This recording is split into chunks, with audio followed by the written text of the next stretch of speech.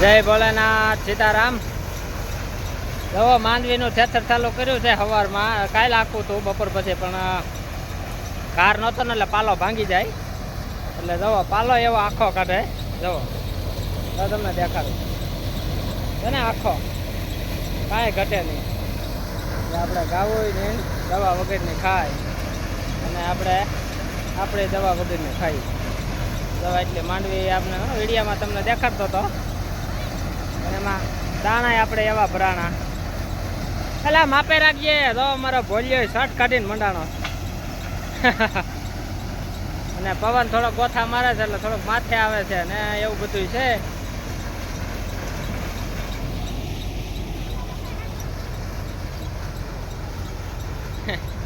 પવન અત્યારમાં શું છે, વાદળા થયા હોય ને એટલે થોડોક ગોથા મારે, એવું બધું છે। માંડવીનો ઉતારો સારો છે થોડીક, વાંધો નથી। જાઓ તમને દેખાડું,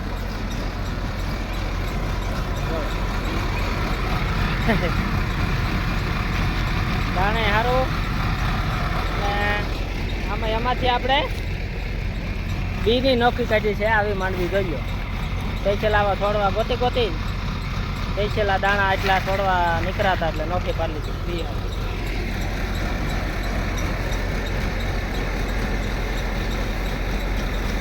થોડી રાખ, માપે ત્યાં પવન આવે ફૂંક આવે એટલે આમનું રજોટ ન આવે, એ રીતે સિસ્ટમ છે। કેવી પ્રથા લીધું છે સર। હવે બધું હકલવાનું છે। આ પાલો બધું નોખું પાથરી દીધું હતું। હા, માંડવી હારી નીકળી એક ગાડું હે, જો ઢાંકી દીધી માથે આવતું હતું એટલે। અને ગરમી એવી છે, એમાં કાંઈ ઘટે નહીં। માંડવીમાં તો 17 ઢગલા થાય જાય કીધું સાયા છે ને, ધૂળમાં પોપટા ને બધું વીણી લઈ ને વેહ તો જો કેવા થઈ જાય, ધૂળ ને ગરમી એવડી છે આજ તો જોરદાર। વરસાદનું આકર્ષણ થયું એટલે જો આપણે ગાય આધારિત માંડવી પકવી લઈ। કોઈને જોતી હોય તો ફોન કરજો આમાં, કારણ કે નેચરલ ગાયનું છાણ ને ગૌમૂત્ર, લીમડો, આકડો, ધતુરાના સ્પ્રે કરેલા।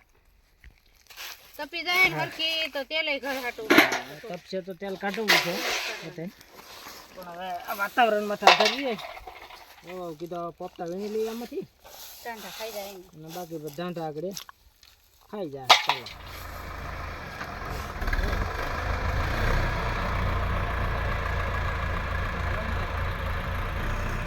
માંડવી પાલો ઠેકાણે થઈ ગયું, માંડવી વીણાઈ ગઈ। જો રોટાવેટર હેલી ગઈ, એ સરસ થઈ ગયું। હવે સવારે વાવવાનું 10 ગણું થઈ, કાંધું ને પાલાના કઠોળો ભરી લીધો ને। આ ભાઈ બેસી જાય નવરા થઈને શાક ખાવા, ઢાંઢા નવરા થઈ ગયા બિચારા। હવે